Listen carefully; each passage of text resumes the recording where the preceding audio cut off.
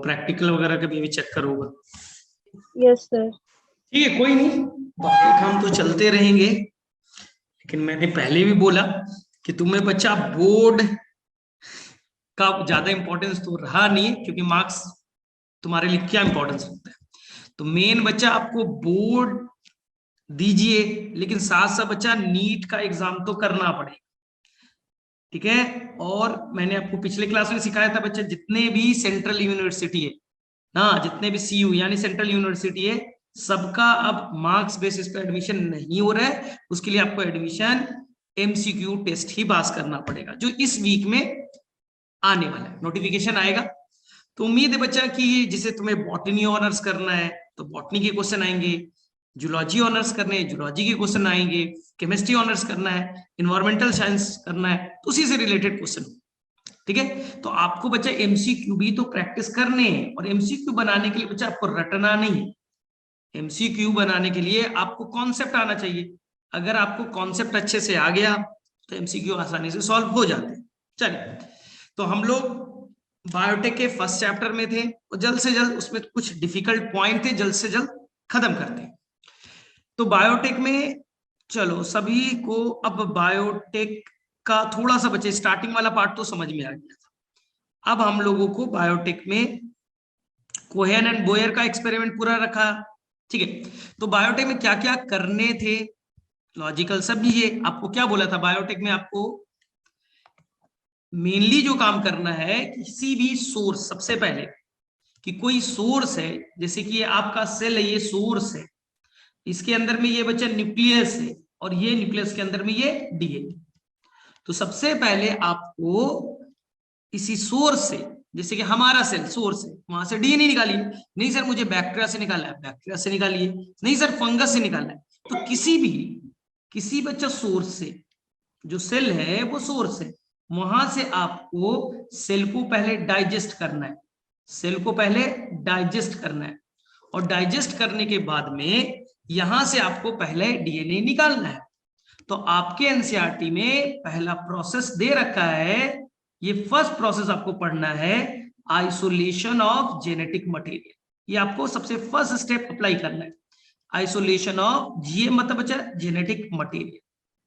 और no doubt हमारा genetic material कौन है, डीएनए, सबको मालूम है।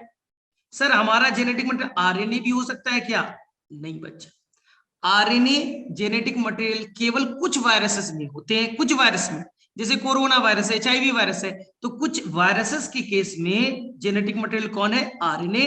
बाकी हर जगह जो आपने मोनेरा, प्रोटिस्टा, प्लांटी, एनिमेलिया, जो भी किंगडम पढ़े, सारे प्रोकैरियोटिक या यूकैरियोटिक कोई भी ऑर्गेनिज्म है, उनमें नो डाउट जेनेटिक मटेरियल कौन है, डीएनए। तो सबसे पहले आपको डीएनए को आइसोलेट करना है।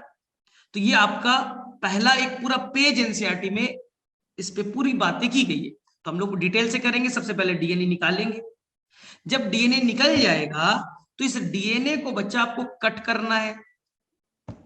हाँ, और आपको मालूम है कि डीएनए को काटने के लिए हमारे पास स्पेशल सीजर है, सीजर मतलब कैंची है। आप बोलिए, इस स्पेशल कैंची को हमने अच्छे से पढ़ा है, जिसका नाम है बच्चा रिस्ट्रिक्शन इंडोन्यूक्लियस। अब तुमसे पूछा जाएगा सर ये रिस्ट्रिक्शन इंडोन्यूक्लियस कहां से आते हैं, ये रिलीज कौन करते हैं सर रिस्ट्रिक्शन इंडोन्यूक्लियस, तो बैक्टीरिया यानी प्रोकैरियोट्स।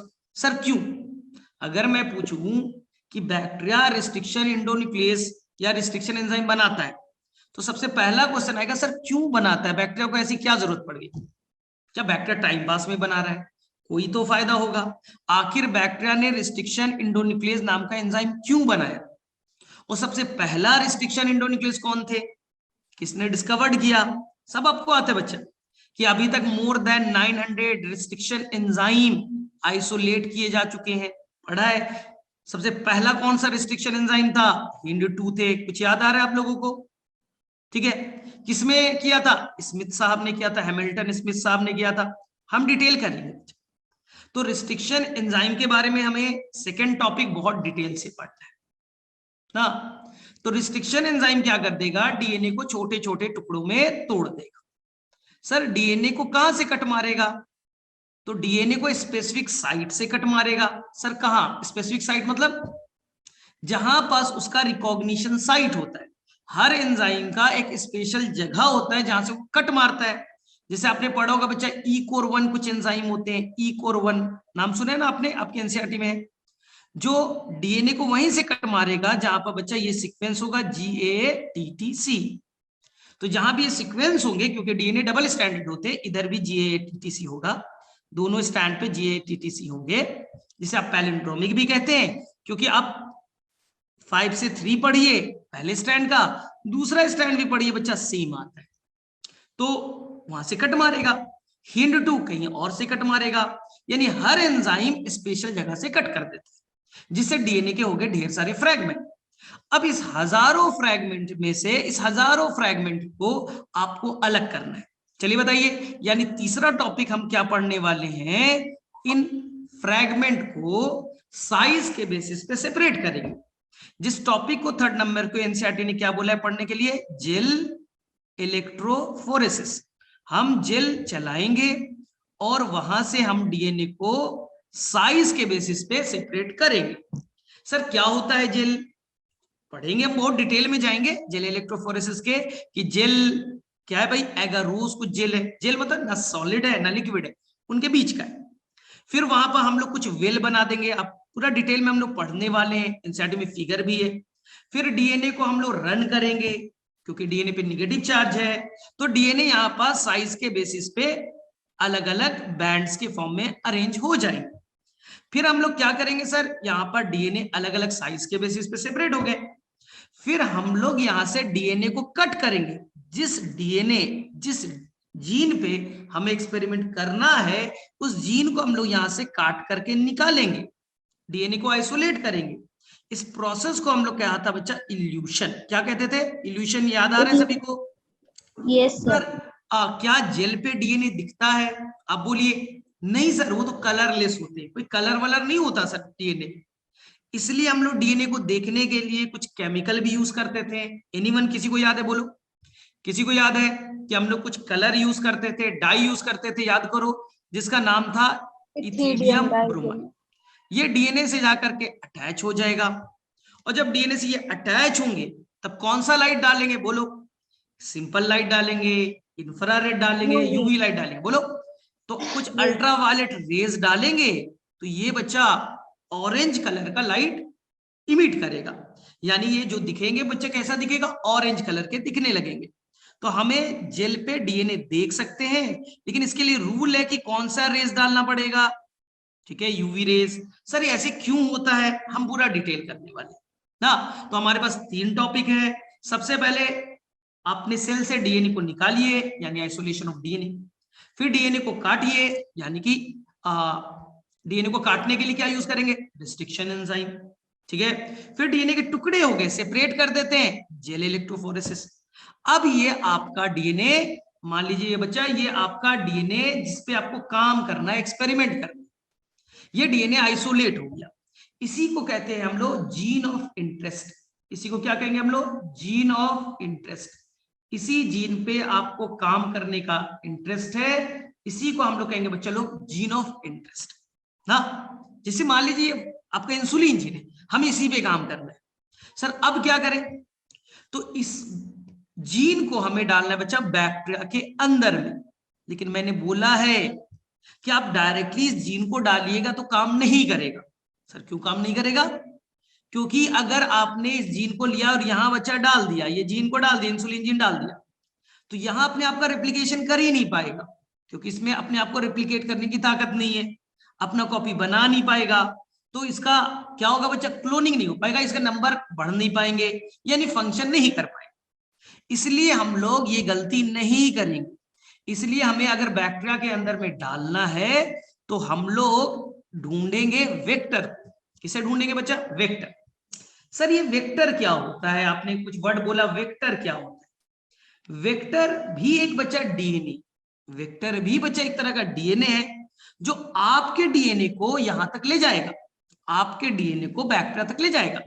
सर वेक्टर में कौन कौन आएंगे, वेक्टर में बच्चा कई सारे लोग होते हैं वेक्टर के, लेकिन एनसीईआरटी मेनली बच्चा प्लाज्मिड के बारे में बोलता है। एनसीईआरटी मेनली बच्चा प्लाज्मिड के बारे में, आपने पढ़ा पीबीआर 322, कुछ ऐसा पढ़ा होगा आपने। इधर भी था। लेकिन सर और कोई भी हो सकता है, हो सकते हैं। कभी कभी तो बैक्टीरियोफेज के हेल्प से भेजते बच्चा ना, वायरस के हेल्प से हम बैक्टीरिया भेजते। और जब आप जीन थेरेपी सब पढ़िएगा तो वहां एनसीईआरटी बोलेगा डिसआर्म्ड पैथोजन। याद आ रहा है कुछ कि हमें किसी बच्ची के अंदर में जीन डालना था तो हमने रेट्रोवायरस, एक वायरस के हेल्प से डीएनए भेजा था। तो वेक्टर बच्चा बहुत सारे हो सकते हैं, लेकिन यहाँ पर वेक्टर के फॉर्म में हमने मेनली कौन सा लिया बच्चा, प्लाज्मिड। चलिए याद रखिएगा, वेक्टर भी क्या है, एक तरह का डीएनए जो तुम्हारे डीएनए को वहां तक पहुंचाएगा। अब क्या करें सर, वेक्टर को भी आप एंजाइम के हेल्प से, रिस्ट्रिक्शन एंजाइम के हेल्प से कट करो, जिससे वेक्टर क्या हो जाएंगे, कट हो जाएंगे। देखिए कट हो गए, ये डीएनए बच्चा खुल गया। अब क्या करें, अब अपने जीन को यहां जोड़ दीजिए, अपने जीन को। बहुत डिस्टर्बेंस होता है किसी की आवाज के चलते, चलिए सभी को म्यूट करें। हाँ, तो बच्चा हम क्या करें सर, अपने जीन को ना, ये येलो वाला जीन है ना, इसे आप वेक्टर के डीएनए से जोड़ दो। सर जुड़ कैसे जाएगा, आप बताओ आंसर।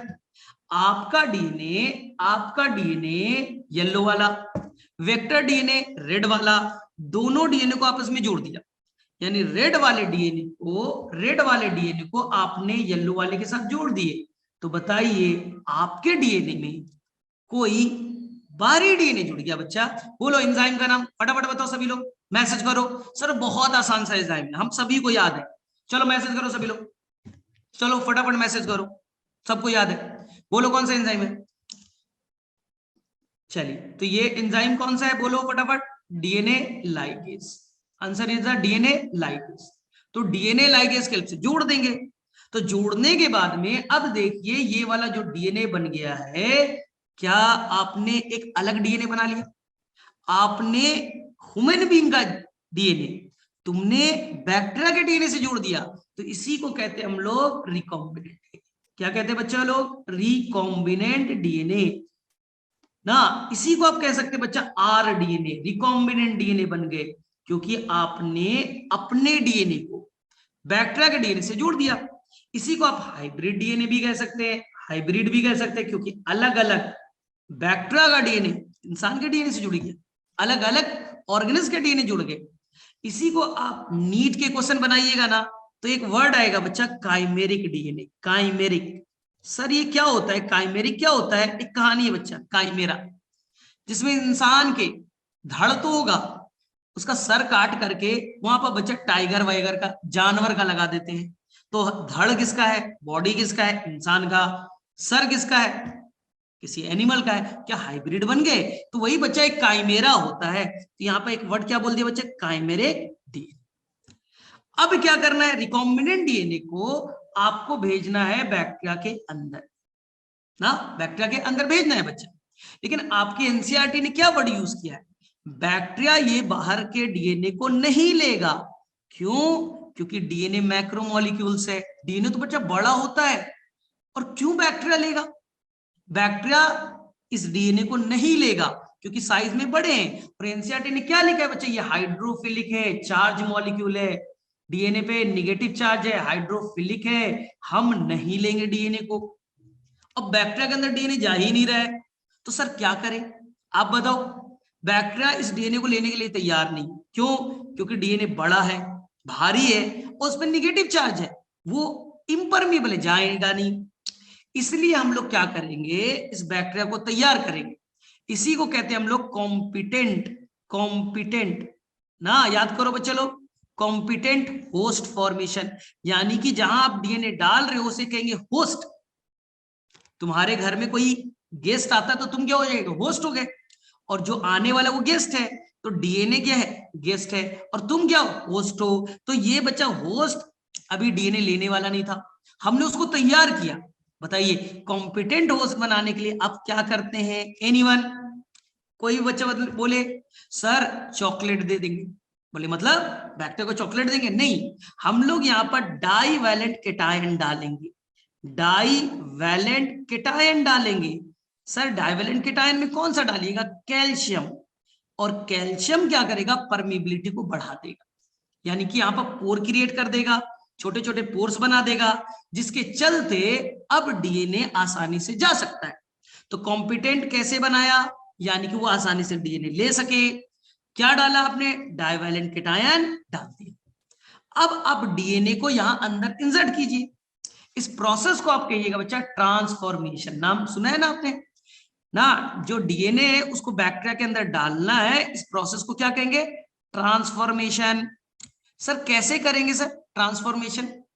तो हमने क्या किया, ये पूरा प्लाज्मिड को, इस पूरे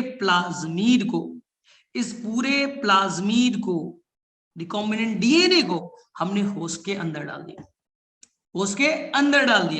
सर हमने होस्ट के अंदर डाले, कैसे डाला? तो हमारे पास कई सारे तरीके हैं, लेकिन अगर बैक्टीरिया में डालना है बच्चा तो एक तरीका है हीट एंड शॉक मेथड। क्या याद आ रहा है आपको? क्या आपने नाम सुना है एनसीईआरटी में, heat and shock method? Sir यहां क्या करते हैं, सिंपल वर्ड में बताइए। बोलिए, देखिए मान लो बच्चा ये फ्लास्क है और इसके अंदर 100 बैक्टीरिया, कितने बैक्टीरिया बच्चा, 100, और प्लाज्मिड भी 100 है, यानी रिकॉम्बिनेंट डीएनए भी 100, बैक्टीरिया भी 100, यानी होस्ट भी 100 है और प्लाज्मिड भी 100 है। ठीक है, जैसे मैं यहां बना के दिखा रहा हूं, ये तुम्हारा एक फ्लास्क है और फ्लास्क के अंदर में बच्चे हैं ढेर सारे बैक्टीरिया, ये ढेर सारे बैक्टीरिया। ठीक है, अब आपने क्या किया, रिकॉम्बिनेंट डीएनए यहां डाल दिया। आपने कैसा कलर था भाई, देख लेता हूं, रेड में येलो था। तो ये बच्चा आपके कई सारे रिकॉम्बिनेंट डीएनए आपने डाल दिए, कई सारे रिकॉम्बिनेंट आपने डाल दिए, ये रिकॉम्बिनेंट डीएनए कई सारा डाल। ठीक है, अब क्या करेंगे सर, बोलिए अब क्या करें? ठीक है, तो आप करोगे बेटा हीट एंड शॉक मेथड। बोलिए ये क्या होता है? अभी इस फ्लास्क को बच्चा आप आइस के ऊपर रखिएगा। कहां रखिएगा बच्चा? आइस के ऊपर, बर्फ के ऊपर। हाँ, उसके बाद में आप थोड़े देर के लिए इस फ्लास्क को 42 डिग्री सेल्सियस टेम्परेचर पे लेते जाइए। कितना? 42 डिग्री, फ्यू सेकंड के लिए, कुछ देर के लिए बच्चा, कुछ देर के लिए, ज्यादा देर के लिए मत रखिएगा। बोले ठीक, हीट हो गया ना बच्चा, हाई टेम्परेचर पर का। वापस से इस फ्लास्क को फिर से आइस पे रख दीजिए। तो ये नाम पड़ा बच्चा, पहले आइस पे था, फिर हमने क्या किया, हीट दिया कुछ देर के लिए, फिर हमने क्या, आइस पे रख दिया। तो इसी मेथड को क्या कहा, हीट देने से, ठीक है, थोड़े से पोर क्रिएट हो गए होंगे, जिससे कि डीएनए इंटर कर गया होगा, तो उसे शॉकिंग लगा, तुरंत हीट दिया, तुरंत आइस पे रख दिया, तुरंत तुमने क्या किया भाई, कॉफी पिया और तुरंत कोल्ड ड्रिंक पी ली, क्या होगा, अरे सर अचानक से इतना गर्मी, अचानक से इतना ठंडा, कुछ शॉकिंग हो गया। तो यही बच्चा इसीलिए नाम पड़ गया हीट एंड शॉक मेथड। क्या नाम रखा, heat on shock method. Sir लेकिन अगर सर प्लांट में डीएनए डालना है तो क्या हीट एंड शॉक से चलेगा? नहीं। आप बताओ, अगर बच्चा प्लांट में डीएनए डालना है, ये प्लांट का सेल है, ठीक है, ये न्यूक्लियस है और ये इसका बच्चा डीएनए, इनमें डीएनए डालना है तो आपके पास एक टेक्निक है, जीन गन मेथड। किसी बच्चों को याद है? जीन गन मेथड, इसी को कहते हैं बच्चा बायोलिस्टिक मेथड। सर यहां क्या करते हैं, एक लाइन में समझा दीजिए। चलिए, आप क्या करते हो, छोटे छोटे बच्चा पार्टिकल्स ले लेते हो, बुलेट, गोली। हाँ, हम गन यूज कर रहे हैं तो गन में चलाने के लिए बुलेट होना चाहिए, गोली होनी चाहिए। तो छोटे छोटे हमने पार्टिकल्स ले लिए, यानी बुलेट ले लिया। ठीक है, सर किसका बना हुआ है, तुम लोग बोलो। सर ये जो पार्टिकल है ना, बना होना चाहिए गोल्ड का, किसका, सोने का या टंगस्टन का, गोल्ड और टंगस्टन। बोले ठीक है। अब क्या करें, इसके ऊपर में डीएनए को रैप कर दीजिए, डीएनए को लगा दीजिए, डीएनए को लगा दीजिए, डीएनए लगा दिया। हाँ, अब एक गन ले लो, हमने यहाँ पर बच्चा एक गन कुछ ले लिया, इस तरह का कुछ गन होगा, ले लिया। अब गन से बच्चा फायर करना है, फायर कीजिए। तो चांस है बच्चा ये बुलेट, गोल्ड और टंगस्टन का पार्टिकल सीधे डीएनए को यहां इंसर्ट करा दे, सीधे अपने डीएनए को वहां इंसर्ट करा दे। आई बात समझ में? तो ये प्लांट के लिए सबसे बेस्ट तरीका कौन सा था, जीन गन मेथड। सर यहां तो कोई वेक्टर नहीं है सर, कोई प्लाज्मिड है क्या? नहीं, आपने डायरेक्टली डीएनए लिया, आपने गोल्ड के साथ में उसे लपेट दिया, फायर करा के यहाँ भेज दिया, तो यहाँ बच्चा वेक्टर की जरूरत नहीं पड़ी, तो इसलिए हम इसे वेक्टरलेस मेथड भी कह सकते हैं, क्योंकि यहाँ पास कोई प्लाज्मिड की जरूरत नहीं पड़ी, कोई वेक्टर की जरूरत नहीं बचा, डायरेक्टली फायर करके भेज रहे हो, तो इसे क्या कहेंगे हम लोग, वेक्टरलेस मेथड, वेक्टर की जरूरत नहीं। ठीक है सर, एनिमल में कैसे भेजेंगे? हाँ, एनिमल का भी सीख लीजिए। मान लो बच्चा ये आपका सेल है, ये देखिए आपका सेल है, ये न्यूक्लियस है, और ये बच्चा डीएनए, ये एनिमल सेल है, ये आपका सेल है एनिमल सेल, ठीक है, ये आपका सेल है। सर इसके अंदर डीएनए डालना है, बोलिए कैसे डालेंगे? ये सर डीएनए है, बोलिए कैसे डालेंगे? तो चलिए हमारे पास एक टेक्निक बड़ा बेहतरीन सा है, जिसे कहेंगे बच्चा माइक्रो इंजेक्शन। क्या है माइक्रो? मतलब बहुत छोटा, इंजेक्शन बहुत छोटा सा निडल। तो मान लीजिए ये आपका निडल है, ये बच्चा पतला सा निडल है, बहुत पतला सा, इसमें क्या लगा दो, अपने जीन को लगा दीजिए। अब क्या कीजिए बच्चा, निडल के हेल्प से डायरेक्टली न्यूक्लियस में डालो, तो हो सकता है कि ये डीएनए आपके न्यूक्लियस तक पहुंच जाए। तो हमने क्या किया, निडल के हेल्प से डाल दिया, तो इस टेक्निक को क्या कहें? और निडल बच्चा बहुत पतला होगा, जाहिर सी बात है, इसलिए हम लोग इसे क्या कहेंगे, माइक्रो इंजेक्शन। क्या बात समझ में आई? माइक्रो का मतलब छोटा। और सर यहां डायरेक्टली अपने डीएनए डाला, कोई वेक्टर चाहिए क्या? नहीं चाहिए, डायरेक्टली डीएनए उठाया, निडल के हेल्प से डाल दिया, तो क्या नाम बच्चा, बोलिए? तो इसे भी हम लोग वेक्टर लेस कहेंगे। क्या कहेंगे? Vector less method. क्या बच्चा ये सारा चीज रिकॉल कर पा रहे हो? ये सारा चीज एनसीईआरटी में था कि कैसे डीएनए में डालेंगे, फटाफट बताइए। अगर बैक्टीरिया में डालना है, हीट एंड शॉक मेथड, पहले गर्म कीजिए फिर ठंडा कर दीजिए, प्लांट में डालना है, जीन गन और बायोलिस्टिक मेथड। अगर एनिमल में डालना है, निडल के हेल्प से डालिए, माइक्रो इंजेक्शन मेथड। याद आ रहा है सभी को? बताओ किसे किसे समझ में आ रहा है? ये सब पूरी कहानी चल रही है बच्चे, पूरा कहानी की तरह चल रही है। बोलो फटाफट, बोलो, हैंड रेस करो, किसे किसे कहानी समझ में आ रहा है भाई? ठीक है, एकदम कहानी, ठीक है। तो अब देखिए सर, हमारे अंदर में ये देखिए क्लियर है सर। एनसीईआरटी में एक बड़ा डिफिकल्ट सा वर्ड लिखा है सर, कि कहीं कहीं पे हम लोग ना ट्रांसफॉर्मेशन कराना है, यानी डीएनए को एक जगह से दूसरी जगह भेजना है, यानी कि ट्रांसफॉर्मेशन मतलब क्या हुआ, ये आपका बच्चा डीएनए था, और ये बच्चा आपका सेल है, ये बच्चा सेल, सेल के अंदर में मान लो मेरा सेल है बच्चा, मेरा एनिमल सेल, इनके अंदर में इस डीएनए को डालना है बच्चा, ये डीएनए यानी ये जीन या डीएनए बोलिए बच्चा, इसे भेजना है यहां तक। सर कैसे भेजे? बहुत सारे तरीके थे, लेकिन एनसीईआरटी ने एक वर्ड लिखा है बच्चा, डिसआर्म्ड पैथोजेन। याद आया? आपकी एनसीईआरटी एक वर्ड यूज करती है, डिसआर्म्ड पैथोजेन, डिसआर्म्ड पैथोजेन।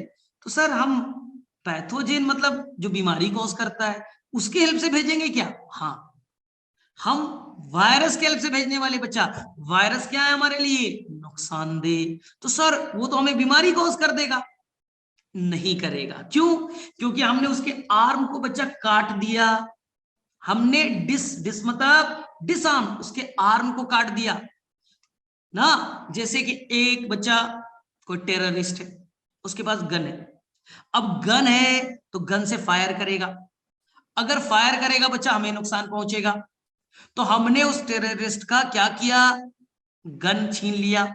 अब गन छीन ली तो डिसआर्म्ड हो गया, क्या बच्चा अब वो हमें नुकसान पहुंचाएगा क्या? तुम बोलो। हमने क्या किया, हमने बच्चा उसके पास, टेररिस्ट के पास गन थे, गन में बच्चा बुलेट पार्टिकल थे, लोहे वाली, किसी को मारता बेचारा वो मर जाता ना, तो हमने क्या किया, जो बुलेट पार्टिकल है बच्चा उसे निकाल लिया, हटा दिया, और वहां बच्चे कुछ प्लास्टिक के कुछ रबर के डाल दिया, रबर वाला डाल दिया। अब बोला बेटा तू चलाओ, तो अब उसके पास में कौन सा है, बुलेट कौन सा है? सर प्लास्टिक वाला है, रबर वाला है, तो किसी को मारेगा, मर तो थोड़ी ना सकता है, तो इसी को हमने कह दिया बच्चा, एक तरह से हमने उसका गन ही बर्बाद कर दिया, छीन लिया गन, तो नाम हो गया क्या बच्चा, डिसआर्म। लेकिन सर बीमारी कॉज नहीं करेगा क्या? समझिए, आपको समझा रहा, याद करो, एक बच्ची थी 4 साल की, अमेरिका में, याद है ना? उसके अंदर में एक जीन की कमी हो गई थी जिससे कि उसकी इम्यून सिस्टम वीक हो गई। तो हमने क्या किया, उस बच्ची का बच्चा सेल निकाल लिया, WBC निकाल लिए, उसके ये न्यूक्लियस, उसके अंदर में बच्चे कोई जीन खराब हो गया। सर कैसे ठीक करेंगे? तो हमने क्या किया कि हमने एक रेट्रो वायरस को लाया, बच्चा वायरस को लाया। कौन सा virus sir? Retro virus. Retro virus sir, retro virus किसे कहते हैं? जिसका जेनेटिक मटेरियल RNA होता है और वो रिवर्स ट्रांसक्रिप्शन करके बच्चा DNA बनाता है। तो जो रिवर्स ट्रांसक्रिप्शन करता है ऐसे वायरस को रेट्रो वायरस कहते हैं। तो हम वायरस लेते आए। सर वायरस से तो बीमारी हो जाएगी, टेंशन मत लो। तो ये हमने वायरस लेते आए, ये बच्चा वायरस लेते आए, बोले ठीक। अब क्या करेंगे सर? इस वायरस के RNA को निकालिए। इस RNA के अंदर में ये देखिए, ये बच्चा RNA, इस RNA के अंदर में हमने वो जीन डाल दिया। कौन सा जीन? जिससे उसका इम्यून सिस्टम क्या होता बच्चा? मजबूत होता। यानी जो बच्ची के अंदर में जीन खराब थे, हमने उस जीन को डाल दिया वायरस के अंदर, ठीक है, जोड़ दिया, उसके RNA में जोड़ दिया। अब इस वायरस को मैंने अटैक कराया, किसके ऊपर? सेल के ऊपर। अब बताओ क्या करेगा? सर वायरस जाएगा और वायरस जा करके अपने RNA को, ये बच्चा RNA गया है ना, तो अपने RNA को किस में कन्वर्ट करेगा? DNA में। और जब DNA में कन्वर्ट करेगा तो हमारा जीन भी तो बच्चा DNA में कन्वर्ट हो जाएगा। तो NCERT ने यहाँ पे एक वर्ड लिखा बच्चा, cDNA टेक्नोलॉजी।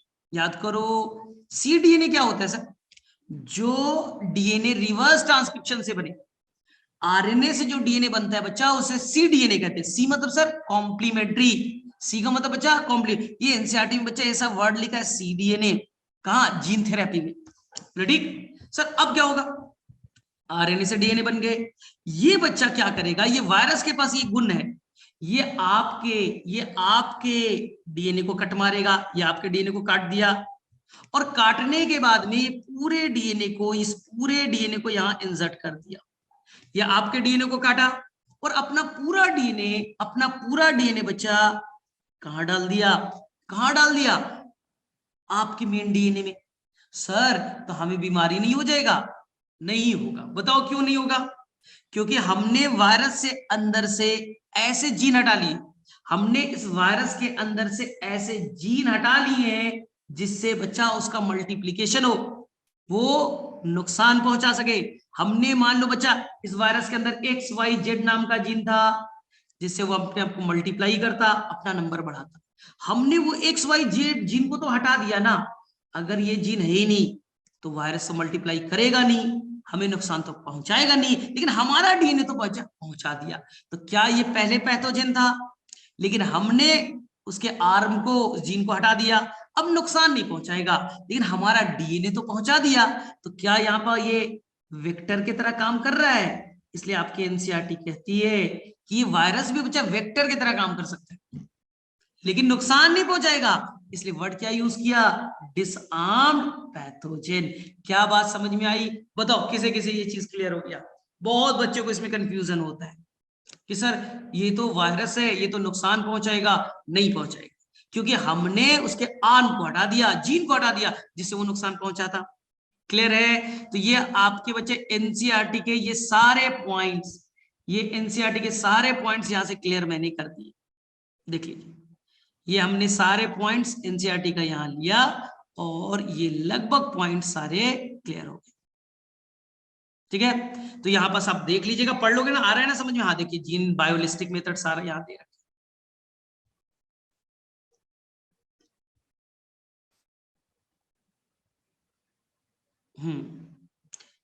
ठीक है, ये आइसोलेशन वाला है, जेल इलेक्ट्रोफोरेसिस का कॉन्सेप्ट है, ये पूरा बच्चा दे रखा है।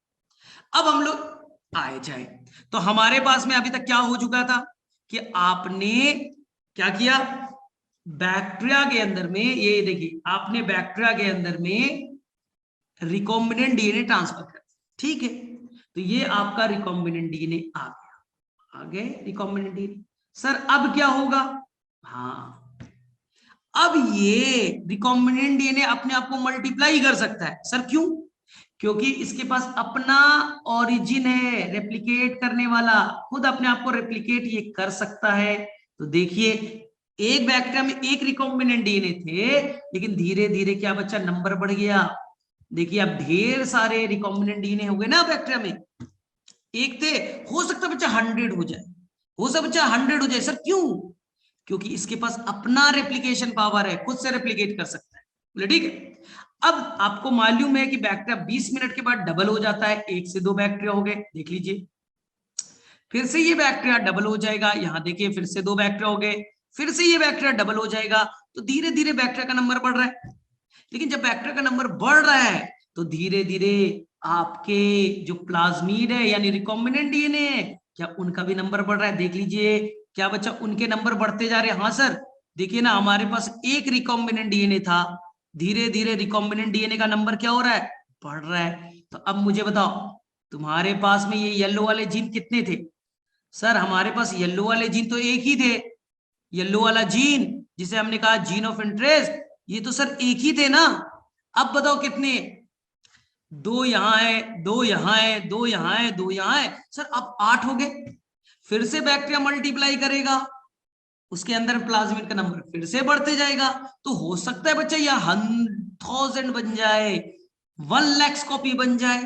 तो क्या आपके स्टार्टिंग में क्या वो, देखिए ये जीन तो था, वो बच्चा अकेला था ना, एक ही था ना। अब उसके हजारों कॉपी बन गए, इंसुलिन जीन के हजारों कॉपी बन गए। तो क्या बच्चा उसका अपना क्लोन बन गया, अपने कॉपी बन गए। इसलिए इस टेक्निक को क्या कहते हैं हम लोग? Gene cloning. क्या कहते हैं? Gene cloning. क्योंकि उस जीन के मल्टीपल कॉपीज तैयार हो गए, लाखों कॉपी तैयार हो गए, एक था लाखों कॉपी तैयार हो गए। इसीलिए इस टॉपिक को क्या कहते हैं? Gene cloning. सर हमें क्या फायदा होगा?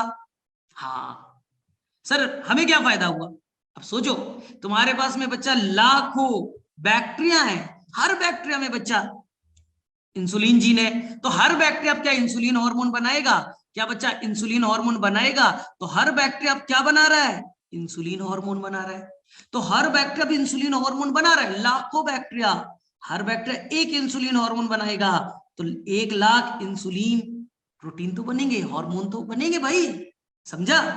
अब मुझे बताओ एनसीईआरटी ने यहाँ पर 2-3 वर्ड लिखे। एक वर्ड लिखा है बच्चा एलियन डीएनए। सर ये क्या होता है? एनसीईआरटी में कई बार आया सर, एलियन डीएनए समझ में नहीं आया। एनसीईआरटी ने एक वर्ड लिखा है हेट्रोलोगस होस्ट, अपने एनसीईआरटी पढ़ा, एक वर्ड आया हेट्रोलोगस होस्ट। सर ये भी समझ में नहीं आया एनसीईआरटी में क्या समझ। देखिए ध्यान सुनना, ये बच्चा बैक्टीरिया, ये बच्चा बैक्टीरिया, ध्यान सुनिएगा, ये बच्चा बैक्टीरिया, बैक्टीरिया के अंदर में तुमने बच्चा डाल दिया रिकॉम्बिनेंट डीएनए, इसके अंदर में इंसान वाला जीन है ना, इंसुलिन जीन है ना, इंसुलिन जीन कहां डाला? बैक्टीरिया में। तो बैक्टीरिया बोलेगा अरे ये तो मेरे लिए नया चीज है भाई, ये तो मेरे लिए कोई बाहरी चीज है ना। अगर तुम बैक्टीरिया का डीएनए निकाल करके बैक्टीरिया में डालते, हाँ, तो एलियन नाम नहीं देते।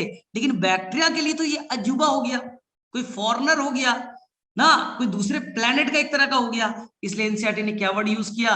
एलियन। यानी कि मार्स पे, मार्स पे बच्चा हम चले जाए तो मार्स पे जो रहने वाले मान लीजिए एलियन है, वो बोलेंगे अरे भाई ये तो भाई अर्थ से आया, ये तो एलियन हो गया।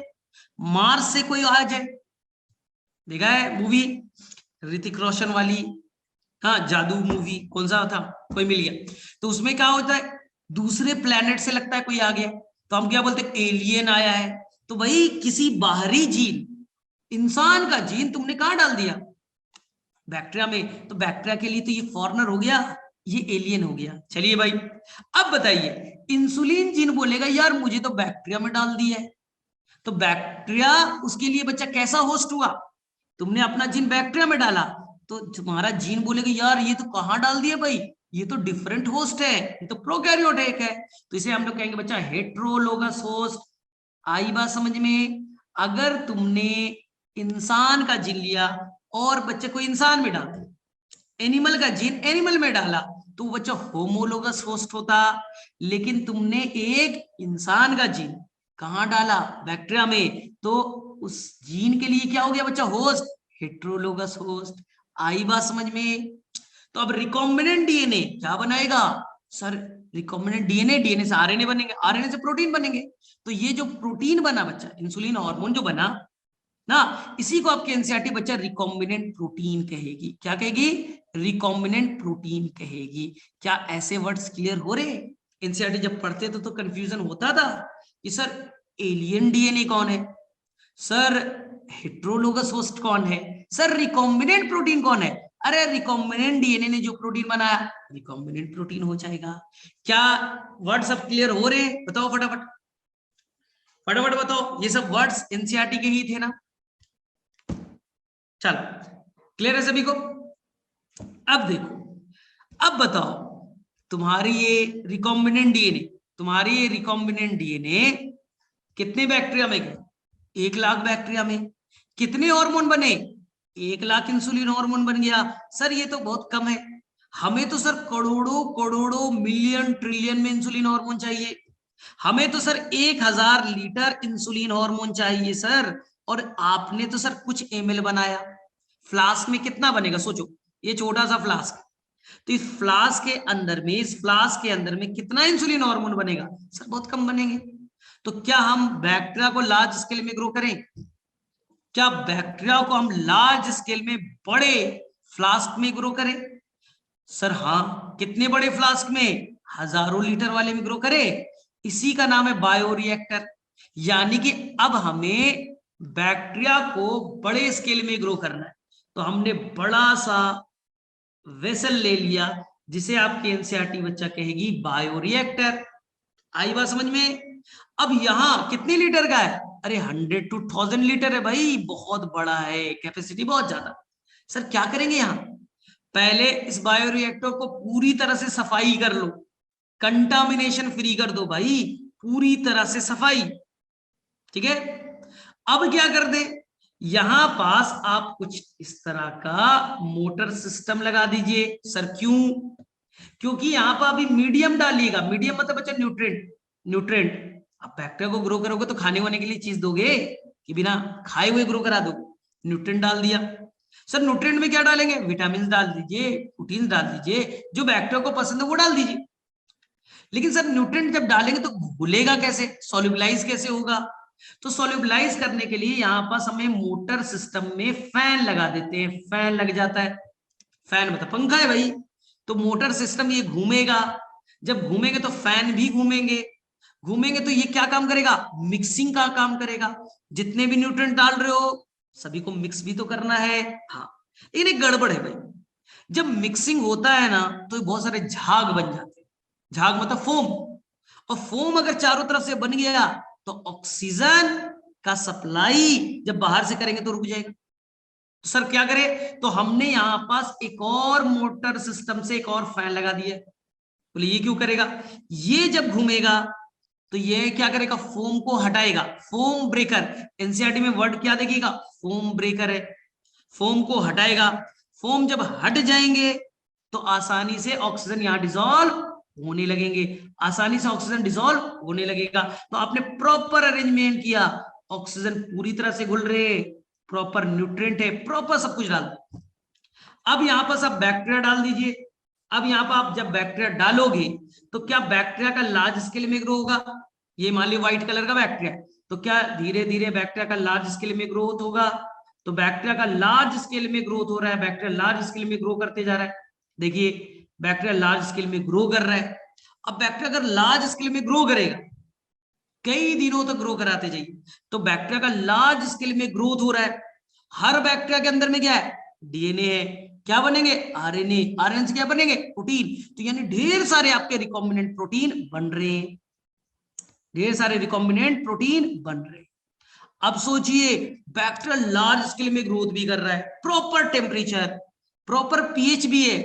सर पीएच कैसे चेक करें? हमारे पास पीएच मीटर भी है, हम प्रॉपर उसका केयर कर रहे हैं। टेम्परेचर, ऑक्सीजन, न्यूट्रिएंट ना। अगर यहाँ कोई वेस्ट मटेरियल टॉक्सिक चीज बन रहा है उसे हटाते जाइए, उसे क्या करना है? हटाते जाना है। तो अब हमारे रिकॉम्बिनेंट प्रोटीन यानी इंसुलिन हार्मोन बनते भी जा रहे हैं लार्ज स्केल में। अब क्या करें सर? क्या यहां से निकाल ले और हम पेशेंट को दे दे कि भैया इस बैक्टीरिया के अंदर इंसुलिन हार्मोन है, आप ले लीजिए? नहीं चलेगा। बताओ क्यों? अरे बैक्टीरिया के अंदर में इंसुलिन हार्मोन बन रहे हैं ना, बैक्टीरिया के अंदर इंसुलिन हार्मोन बन रहा है, तो सर कैसे करेंगे? तो अब हम लोग क्या करेंगे, सेकेंड स्टेप में जाएंगे, जिसे नाम दिया है डाउन स्ट्रीम प्रोसेसिंग। क्या आपको एनसीईआरटी में ये वर्ड मिला है? क्या आपको एनसीईआरटी में ऐसा वर्ड मिला, डाउन स्ट्रीम प्रोसेसिंग? बोले हाँ सर, क्या करेंगे डाउन स्ट्रीम प्रोसेसिंग में? सोचो, बैक्टीरिया लार्ज स्केल में ग्रो किया, लार्ज स्केल में ग्रो किया, हर बैक्टीरिया के अंदर में ढेर सारे हार्मोन है, प्रोटीन है, क्या करें उनका?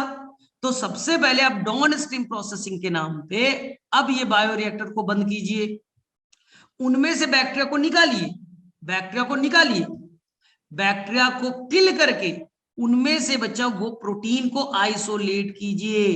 बैक्टीरिया के अंदर में वो प्रोटीन है, आप बैक्टीरिया को किल कीजिए, वहां से प्रोटीन को निकालिए। लेकिन सर वहां तो और भी प्रोटीन होंगे, क्या बैक्टीरिया तो हजारों तरह का प्रोटीन बनाता है ना, उसमें हमारा इंसुलिन हार्मोन वाला प्रोटीन भी होगा, हमें कैसे पता चलेगा? हाँ, तो आपको उस प्रोटीन को प्योर फॉर्म में आइसोलेट भी करना है, आइसोलेशन कीजिए, आइसोलेशन कीजिए, आइसोलेट कर लीजिए, उसको प्योर फॉर्म में प्यूरिफाई कर लीजिए, प्यूरिफिकेशन कीजिए, वहां से निकालिए, प्योर फॉर्म में लाइए, प्यूरिफिकेशन। आई बात समझ में? अब हम लोग आइसोलेट भी कर लिए, प्यूरिफाई भी कर लिए, हो गया भाई। अब हमें देखना है कि ये कितने दिनों तक काम करेगा, कितने दिनों तक काम करेगा, यानी जो तुम्हारा प्रोटीन बना है क्या हमें उसे टेस्टिंग भी करना है? तो एनसीईआरटी ने क्या वर्ड लिखा है इसके लिए? It depends product to product. Testing वाला क्या है भाई? प्रोडक्ट टू प्रोडक्ट डिपेंड करेगा। जैसे अपने कोरोना वायरस का वैक्सीन बना लिया, वैक्सीन तो बन गए, लेकिन वो कितना काम करेगा, टेस्टिंग करोगे तब तो पता चलेगा, टेस्टिंग करेंगे तो अलग अलग प्रोडक्ट का टेस्टिंग अलग अलग होगा। किसी को 4 स्टेप में करना है, 3 सालों तक उसका टेस्टिंग में ही निकल जाएगा। तो ये प्रोडक्ट टू प्रोडक्ट वेरी करेगा। जो भी चीज बनाइएगा भाई, कोई भी दवा बना लिया, एंटीबायोटिक्स बना लिया, तो उसका टेस्टिंग तो करोगे, ठीक ठाक काम कर रहा है, टेस्टिंग में वो क्लियर हो गया तो आप भैया उसके अंदर में क्या करिए, उसको पैकेज आउट करिए, प्रॉपर अमाउंट में उसको पैकेजिंग कर दीजिए और उसको मार्केट में लॉन्च कीजिए, यानी से मार्केटिंग कह दीजिएगा। अब मार्केटिंग डिपार्टमेंट वाले, एमबीए वाले आएंगे, उसको लार्ज स्केल में बेचेंगे, धीरे धीरे वो हर मेडिकल स्टोर में पहुंचेगा और वहां से उसका बेचा जाएगा भाई। तो इसी तरह से तो प्रोसेस चलता है। आई बात समझ में? जो आपने पढ़ा होगा कि एक कंपनी थी इली लिली, उसने इसी तरह से होमोलिन कुछ बनाया था ना। होमोलिन क्या है? Human insulin. क्या हमारे अंदर जो इंसुलिन हार्मोन है, हमने क्या किया, हमने जीन को निकाला, बैक्टीरिया में डाला, बैक्टीरिया इंसुलिन हार्मोन बनाने लगे, लेकिन लार्ज स्केल में बनाना है तो बायोरिएक्टर में डाला। अब बैक्टीरिया तो लार्ज स्केल में बना रहा है, तो अब क्या करें, बैक्टीरिया से हम उस इंसुलिन हार्मोन को आइसोलेट करें, उसको प्योर फॉर्म में प्यूरिफिकेशन, फिर उसको हम लोग टेस्टिंग में ले जाए, टेस्ट में ठीक है भाई, काम करने वाला है, टेस्टिंग के बाद में उसको पैकेजिंग करिए, फिर उसको मार्केट में लॉन्च कीजिए। यही तो कहानी थी। अब बताओ किसे किसे क्लियरिटी बन रही है?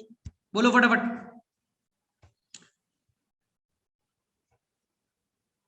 बोलो, क्लियर है सभी को?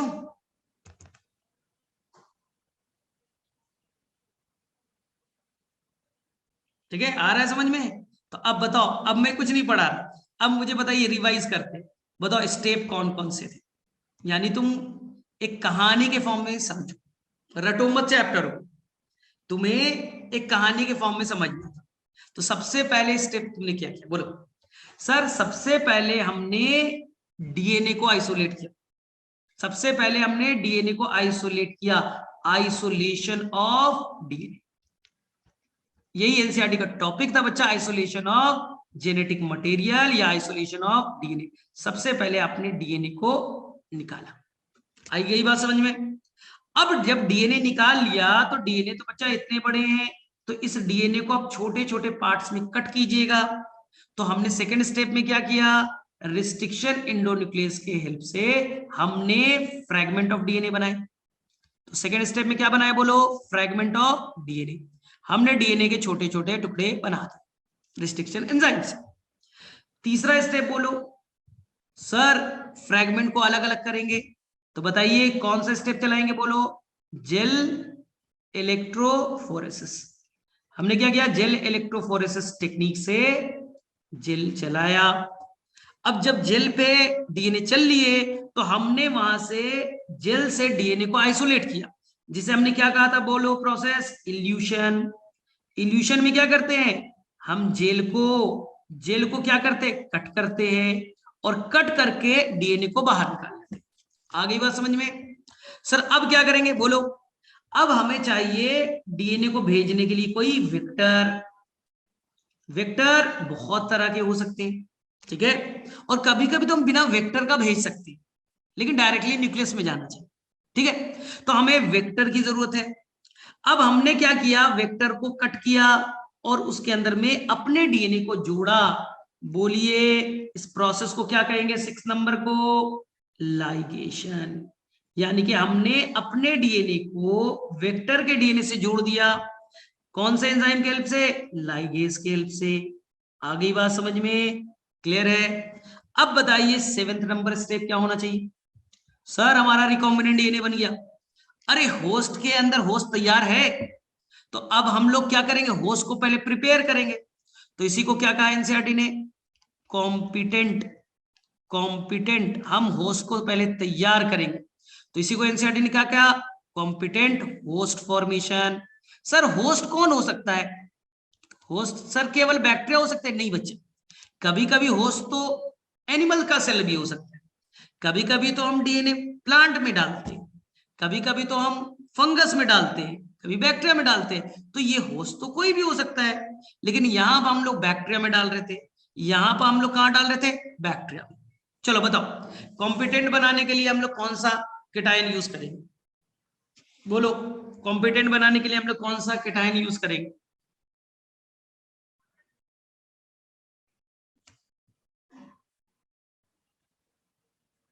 कौन सा केटायन, मैंने बताया था कॉम्पिटेंट बनाना है तो हम लोग कुछ डाइवेलेंट केटायन यूज करेंगे। कौन सा, कैल्शियम+2, ठीक है।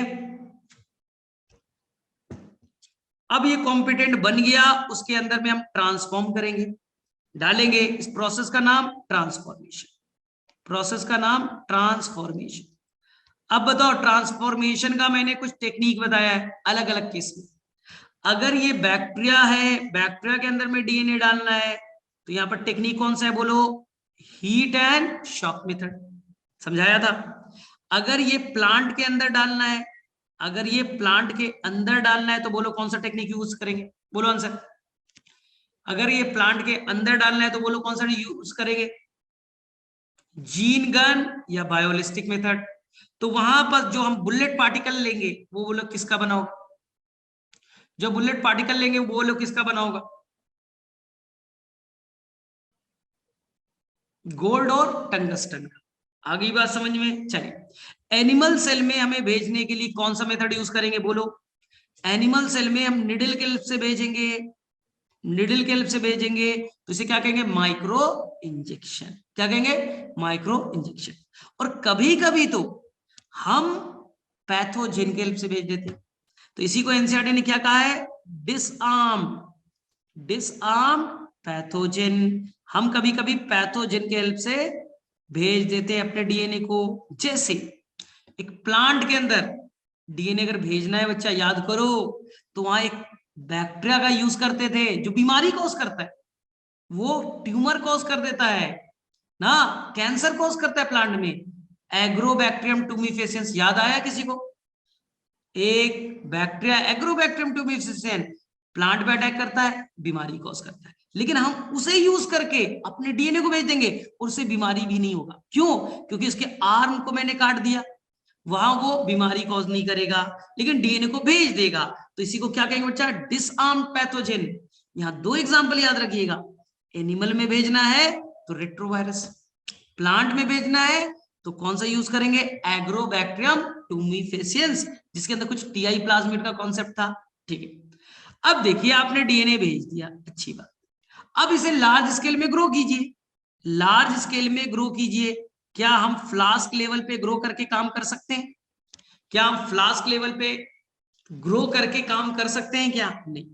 अब हमें लार्ज स्केल में ग्रो करना है तो बोलो किसका जरूरत पड़ेगा, हमें लार्ज स्केल में ग्रो करना है, बोलिए कहां आप ग्रो कराइएगा, तो हमें बड़े से फ्लास्क की जरूरत पड़ेगी। बोलो कौन सा? बायोरिएक्टर। ठीक है, अब बायोरिएक्टर में लार्ज स्केल में आपने ग्रो करा दिया, तो ग्रो कराने के बाद में अब क्या करोगे? बोलो, बैक्टीरिया लार्ज स्केल में हार्मोन बना रहा है। अब क्या हम केवल बैक्टीरिया निकाल के पेशेंट में डाल दें? नहीं सर, हम अब करेंगे सर एक काम जिसका नाम है डाउन स्ट्रीम प्रोसेसिंग। बोलो क्या काम है भाई?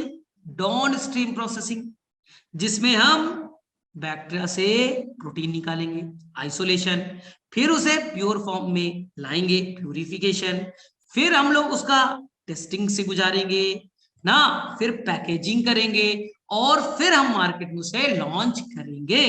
तो ये हो गया बच्चा डाउन स्ट्रीम प्रोसेसिंग। तो क्या स्टेप वाइज अगर समझोगे तो याद रहेगा? अब तुम याद रट्टा मारते कि ये वाला हो गया, ये वाला हो गया, ये वाला हो गया, कॉन्सेप्ट नहीं बिल्डअप, इसलिए नीट के क्वेश्चन नहीं बनते, क्योंकि नीट के क्वेश्चन बनने के लिए तुम्हें चाहिए कॉन्सेप्ट। और कॉन्सेप्ट कैसे आता है? जब चीजों को तुम समझते हो, तुम रटते नहीं हो, कैसे हो गया ऐसे हो गया बस रटा नहीं, तुमने चीजों को समझा कि पहले डीएनए निकालेंगे, डीएनए को काटेंगे, जेल पे चलाएंगे, जेल से काट करके डीएनए निकाल लेंगे, फिर वेक्टर के हेल्प से डीएनए भेजेंगे, तो वेक्टर को काटेंगे, फिर दोनों को जोड़ेंगे, बन गई रिकॉम्बिनेंट डीएनए। एंजाइम चाहिए, डीएनए लाइगेज। अब हम होस्ट में डालेंगे, तो होस्ट डीएनए को लेना पसंद नहीं करेगा क्योंकि बड़े साइज के है और ये हाइड्रोफिलिक है यानी नेगेटिव चार्ज है, इसलिए हम उसे पहले तैयार करेंगे डाइवेलेंट केटायन डाल करके, तो बन जाएगा कॉम्पिटेंट होस्ट। जब डीएनए उसके अंदर चला गया तो हो गया भाई ट्रांसफॉर्म्ड सेल हो गए। ठीक है, अब क्या करें? तो सर उसे लार्ज स्केल में ग्रो कराइए, यानी कि हम बायोरिएक्टर में ग्रो कराएंगे। जब बायोरिएक्टर में लार्ज स्केल में ग्रो करेगा तो अब हम लोग बायोरिएक्टर से उस हार्मोन को निकालेंगे, फिर उसे प्यूरिफाई करेंगे, फिर उसे पैकेज आउट करेंगे, फिर हम लोग मार्केट में लॉन्च करेंगे।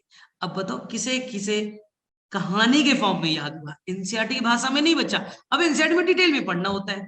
बताओ किसे किसे कहानी के फॉर्म में याद हो गया? फटाफट बोलो।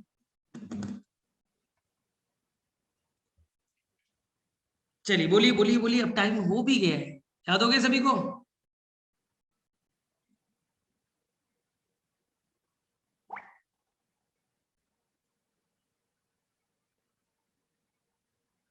ठीक है, कर लीजिएगा। तो अगले क्लास में हम एक डिफिकल्ट टॉपिक पढ़ने वाले, जो मैंने आज पढ़ाने के लिए सोचा था, लेकिन आज चलिए जो बच्चा पेज नंबर 199 पे था, यही बोला था ना सर ये वाले में बड़ा दिक्कत है sir, blue white selection, insertional inactivation, beta galactosidase, sir किसी में अल्फा गैलेक्टोसिडेज क्या दिया है ये समझ में नहीं आता, तो ये वाला पार्ट हमें मेनली देखना है। तो चलो सर आगे है, तो हम लोग नेक्स्ट क्लास में इसको कंटिन्यू करेंगे। डन?